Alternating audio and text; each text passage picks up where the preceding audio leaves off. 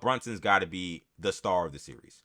If you were looking at these two matchups, Pistons, Cavs, if you were looking for the more favorable matchup for Jalen Brunson, forget about who matches up for the team, just thinking about Jalen Brunson, it's the Cavs, without question.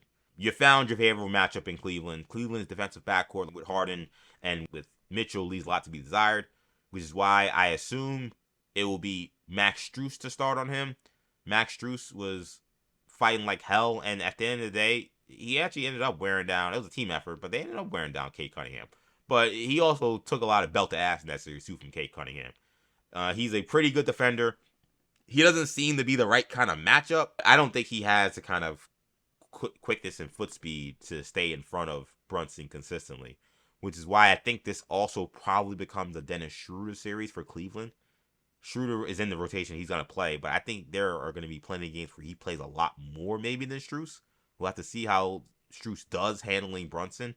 But I think if you remember a couple years ago, Cleveland tried, and this is JB Bickerstaff nonsense. They tried to put Chetty Osman on him to start some of these games or for large stretches of these games because they were trying to hide Mitchell and Garland.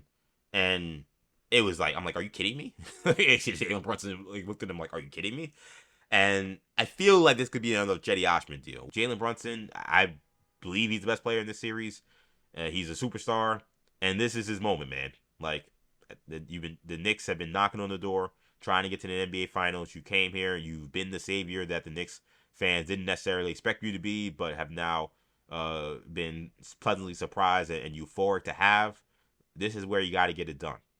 You're up against another star who's certainly going to have his moments in Donovan Mitchell, but Jalen Brunson has a lot more of an advantageous matchup for him than Donovan Mitchell does, having to go up against the trio of Josh Hart, Mikal Bridges, and OG Anunoby.